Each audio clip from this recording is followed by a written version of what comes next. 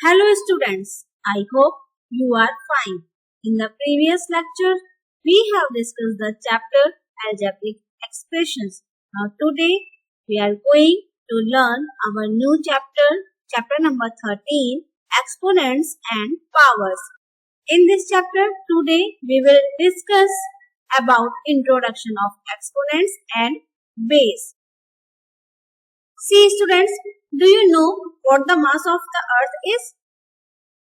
It is 597000000000000000000 kg. This is very big number. Can you read this number? It's very difficult to read this number. And you know mass of Uranus is? This is also again a big number and that much kg. Which has greater mass? Earth or Uranus? किसका मास greater है? ये भी आप compare कर सकते हैं. बहुत difficult है ये क्योंकि नंबर बहुत बड़ा है. So these very large numbers are difficult to read, understand and compare. बहुत डिफिकल्ट है इनको अंडरस्टैंड करना और कंपेयर करना. To make these numbers easy to read, understand and compare, use exponent. ठीक है? इस चैप्टर में हम क्या करेंगे? We shall learn about exponent and also learn how to use them. चलिए देखते हैं. First we will see what is exponent. Suppose we have a large number like this is ones, tens, 100, 1000, 10,000. This is 10,000. ठीक है?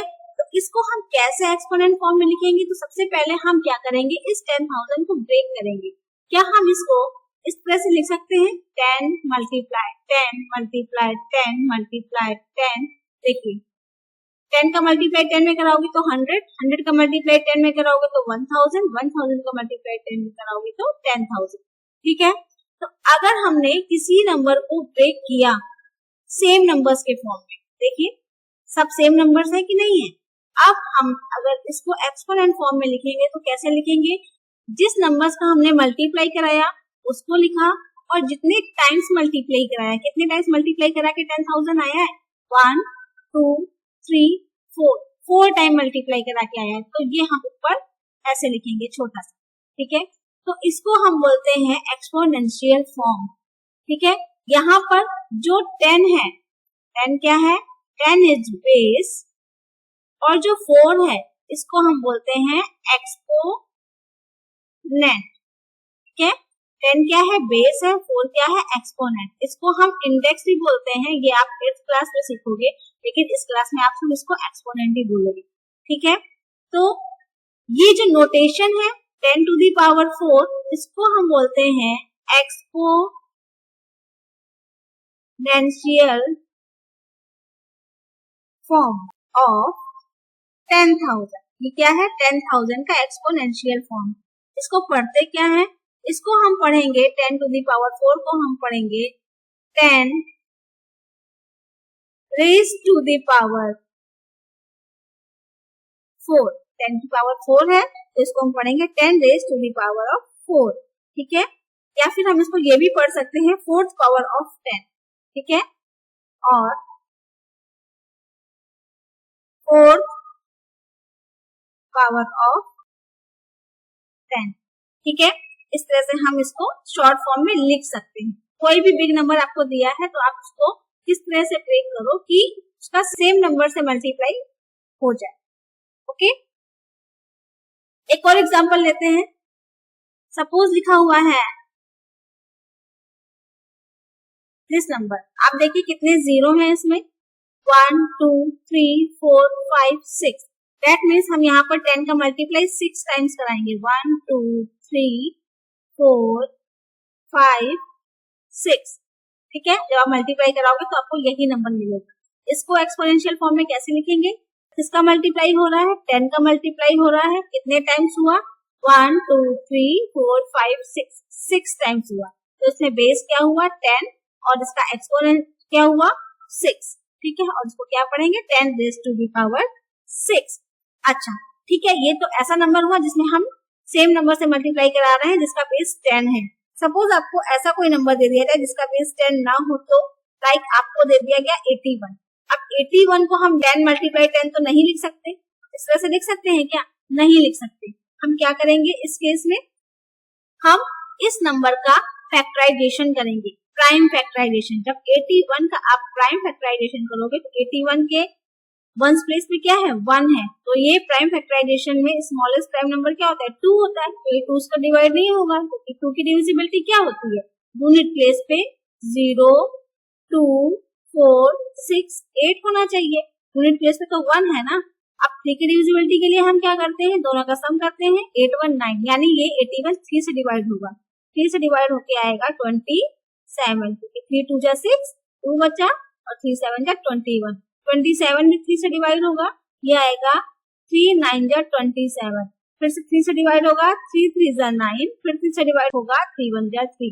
तो क्या आया देखिए, 3 multiply 3 multiply 3 multiply 3, we will write here 81 is equal to 3 multiply 3 multiply 3 multiply 3। ये हमने 81 का factor कर लिया। इसका एक्सपोनेंशियल फॉर्म क्या हो जाएगा? किसका मल्टीप्लाई कराया है? 3 का कराया है। कितने टाइम्स हुआ है? 1 2 3 4 टाइम्स हुआ है। देखिए बेस सबका सेम है, ठीक है, बेस डिफरेंट नहीं है, तो इसलिए हमने इसको इस तरह से राइट कर दिया। इसका बेस क्या होगा? 3 होगा, इसका एक्सपोनेंट क्या होगा? 4 होगा, और इसको कैसे रीड करेंगे? 3 रेज टू दी पावर 4, ठीक है। अच्छा एक चीज और मैं बता दूं, सपोज आपके पास लिखा हुआ है 2 की पावर 2, ठीक है, इसको हम 2 रेज टू दी पावर 2 भी पढ़ते हैं, इसके अलावा हम इसको 2 स्क्वायर भी पढ़ते हैं, क्योंकि उसकी जो पावर है ये 2 है, और स्क्वायर का मतलब जानते हो, इसका 2 टाइम्स मल्टीप्लाई हो रहा है। अगर 2 की पावर 3 लिखा है तो इसको हम 2 क्यूब भी पढ़ते हैं। ऐसे तो आप 2 रेज टू दी पावर 3 भी पढ़ोगे, लेकिन इसको हम 2 क्यूब भी पढ़ते हैं। ओके, चलिए इससे रिलेटेड कुछ एग्जांपल्स देखते हैं। The first question is express 256 as a power of 2। आपको 256 को पावर ऑफ 2 के टर्म में ब्रेक करना है। अच्छा ये यहाँ पर आइडेंटिफाई कर दिया गया है कि इसको आपको पावर ऑफ 2 ही लिखना है। अगर आपको मान लीजिए सिर्फ ऐसा ही कह दिया जाता है कि 256 को एक्सपोनेंट फॉर्म में लिखना है, तो आप सिर्फ उसका प्राइम फैक्टराइजेशन कर देते, लेकिन यहाँ पर पावर ऑफ 2 ऑलरेडी इंडिकेट कर दिया गया है, दैट मींस इसका आंसर 2 के टर्म में ही आएगा, मतलब उसका बेस जो रहेगा वो 2 ही रहेगा, ठीक है। चलिए 256 का हम फैक्टराइजेशन करते हैं। 256, देखिए यूनिट बेस पे क्या है? 6 है, तो 2 से डिवाइड होगा, ये से डिवाइड करेंगे, 2 1 जा 2, 2 2 जा 4, 1 बचा, 2 8 जा 16, फिर 2 से डिवाइड करेंगे, 2 6 जा 12, 2 4 जा 8, फिर 2 से डिवाइड होगा, 2 3 जा 6, 2 2 जा 4, अगेन 2 से डिवाइड होगा, 2 1 जा 2, 1 बचा, 2 6 जा 12, फिर ये 2 से डिवाइड होगा, 2 8 जा 16, फिर 2 से 2 4 जा 8, अगेन 2 से 2 2 जा 4 एंड 2 1 जा 2। कितने टाइम्स 2 आ रहा है? 1 2 3 4 5 6 7 8। तो हम यहाँ पर कैसे लिखेंगे? 256 is equal to 2 multiply 2 multiply 2 multiply 2, कितने टाइम्स आया है? 8 टाइम्स। ये 4 टाइम हुआ, 2 मल्टीप्लाई 2 मल्टीप्लाई 2 मल्टीप्लाई 2, जितने टाइम्स आया है ये हमने इसको प्रोडक्ट फॉर्म में लिख लिया। अब देखिए इसको हम लिखेंगे एक्सपोनेंशियल फॉर्म में, तो किसका मल्टीप्लाई हो रहा है? 2 का मल्टीप्लाई हो रहा है, तो बेस क्या रहेगा? 2 रहेगा। कितने टाइम्स मल्टीप्लाई हुआ है? 1 2 3 4 5 6 7 8, 8 टाइम्स मल्टीप्लाई हुआ है, ठीक है। तो उसका एक्सपोनेंट क्या हो गया? 8 हो गया, तो पावर ऑफ 2 के फॉर्म में हमने इसका आंसर निकाल दिया। चलिए नेक्स्ट देखते हैं सेकेंड पार्ट। लिखा है 729 एज ए पावर ऑफ 3, मतलब यहाँ पर ये ऑलरेडी दिया गया है कि इसका बेस 3 ही रहेगा। करते हैं फैक्टराइजेशन इसका भी। 729 यूनिट बेस पे 9 है, तो 2 से डिवाइड होगा नहीं, 3 से करते हैं, और ऑलरेडी बोला है यहाँ पे पावर ऑफ 3, तो हमको 3 से ही करना पड़ेगा। 3 से डिवाइड करेंगे 7 को, 3 2 जा 6, 1 बचा, 3 4 जा 12, 3 3 जा 9, फिर ये 3 से होगा, 3 8 जा 24, 3 1 जा 3, फिर 3 से होगा, 3 2 जा 6, 2 बचा, 3 7 जा 21, 3 से 3 9 जा 27, फिर 3 से होगा, 3 3 जा 9, फिर 3 से 3 1 जा 3। लिखते हैं इसको, 729 इज इक्वल टू जो भी फैक्टराइजेशन आया है इसको प्रोडक्ट फॉर्म में लिखते हैं। 3 multiply 3 multiply 3 multiply 3 multiply 3 multiply 3। किसका मल्टीप्लाई हुआ है? 3 का। कितने टाइम? 1 2 3 4 5 6 टाइम। ये हो गया पावर ऑफ 3 के फॉर्म में इसका आंसर। नेक्स्ट देखिए 343 एज ए पावर ऑफ 7। 3 4 3। चलिए 7 से ब्रेक करते हैं क्योंकि पावर ऑफ 7 ऑलरेडी बोल दिया है। 7 से इसको डिवाइड करेंगे। 7 की टेबल से कैसे जाएगा? 7 4 जा 28। क्या बचा? 6। 7 9 जा 63। फिर से 7 से डिवाइड होगा। 7 7 जा 49। 7 1 जा 7। तो 343 is equal to product form में लिखते हैं। क्या आया? 7 मल्टीप्लाई 7 मल्टीप्लाई 7। एक्सपोनेंशियल फॉर्म क्या हो जाएगा? 7 का मल्टीप्लाई हो रहा है तो 7 हो गया बेस। कितने टाइम्स मल्टीप्लाई हुआ? 1 2 3 टाइम्स। तो ये हो गया इसका exponent. That is the answer. Next देखिए फाइंड द वैल्यू ऑफ। यहाँ पर आपको वैल्यू फाइंड करनी है। मीन्स जो आपको एक्सपोनेंशियल फॉर्म दिया गया है उसको आपको ब्रेक करना है। देखिए 2 की पावर 6 लिखा है। इसका मतलब 2 का मल्टीप्लाई हमको करना है क्योंकि बेस क्या है? इसमें 2 है। एक्सपोनेंट क्या है? 6 है। तो 2 का मल्टीप्लाई कितने टाइम्स करना है? 6 टाइम्स। अब 2 का मल्टीप्लाई आप 6 से मत कराइएगा। 2 का मल्टीप्लाई हमको 6 टाइम्स करना है। 2 multiply 2 multiply 2 multiply 2 multiply 2 multiply 2 इस तरीके से।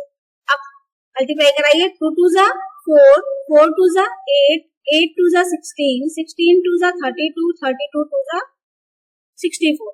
आंसर क्या आ गया इसका? 64। सेकेंड पार्ट भी ऐसे ही करना है हमको। 9 टू दी पावर 3 लिखा है। 9 रेज टू दी पावर 3 का मतलब बेस क्या है? 9 है। 9 का मल्टीप्लाई कराना है। कितने टाइम्स? 3 टाइम्स क्योंकि इसका एक्सपोनेंट 3 है। 9 मल्टीप्लाई 9 मल्टीप्लाई 9 मल्टीप्लाई कराइए। 9 9 जा 81 81 9 जा 729। ठीक है, ये इसका आंसर हो गया। इस तरह से अगर एक्सपोनेंशियल फॉर्म में आपको दिया गया है और आपको उसकी वैल्यू फाइंड करनी है तो आप उसको ब्रेक करके उसका मल्टीप्लाई करा के आंसर निकाल लोगे। लास्ट एग्जांपल देखिए। Express the following in exponential form. इसको आपको एक्सपोनेंशियल फॉर्म में लिखना है। ऑलरेडी आप इस तरह के क्वेश्चन कर चुके हो। आपको नंबर दिया था, आपने ब्रेक किया और उसके बाद उसको एक्सपोनेंशियल फॉर्म में लिखा। यहाँ पर ब्रेक करके दिया गया है और आपको एक्सपोनेंशियल फॉर्म में लिखना है। चलिए देखते हैं। सबसे पहले किस नंबर का मल्टीप्लाई हो रहा है? 6 का मल्टीप्लाई हो रहा है। सब में 6 का मल्टीप्लाई हो रहा है मतलब बेस हमारा 6 ही रहेगा। अब 6 का मल्टीप्लाई कितने टाइम्स हुआ है? 1 2 3 4 यानी इसका एक्सपोनेंट क्या हो जाएगा? 4। तो ये हो गया इसका आंसर। ठीक है। सेकेंड पार्ट में देखिए लिखा है a multiply a multiply a multiply c multiply c multiply c multiply c multiply d। अब देखिए यहाँ पर सबका बेस सेम नहीं है। यहाँ तक तो a है, उसके बाद ये c है और ये d है। ठीक है, तो जिसका भी मल्टीप्लाई हो रहा है हम उसके अकॉर्डिंग उसको ब्रेक करते हैं। a का मल्टीप्लाई 3 टाइम्स हुआ है तो ये क्या हो जाएगा? बेस a है, कितने टाइम्स मल्टीप्लाई हुआ है? 1 2 3। तो इसका एक्सपोनेंट क्या हो जाएगा? 3 हो जाएगा। ठीक है, आगे देखिए यहाँ पर c को देखते हैं। बेस c है, c का मल्टीप्लाई कितने टाइम्स हो रहा है? 1 2 3 4। तो ये हो जाएगा c raise to the power 4 और d का मल्टीप्लाई एक टाइम ही हुआ है। ठीक है, सबके बीच में मल्टीप्लाई का साइन लगाया है और इस तरह से हमने लगा दिया। ओवरऑल इसका जो फाइनल आंसर हम लिखेंगे तो कैसे लिखेंगे? a raise to the power 3 multiply c raise to the power 4 multiply d। अगर दो वेरिएबल के बीच में आप मल्टीप्लाई का साइन नहीं भी लगाओगे तब भी वहां पर हम एज्यूम करते हैं कि वो प्रोडक्ट फॉर्म में लिखा हुआ है। दैट मीन्स हम इसको ये भी लिख सकते हैं a raise to the power 3 c raise to the power 4 d। That is also your answer. Okay, now we know that practice makes perfect, so first you have to prepare the notes and solve these examples again, and then after this is your classwork. Here are 3 questions as related as your example. You have to solve it. After solving this classwork, check your answer which are given here. Thank you for watching. See you in the next video.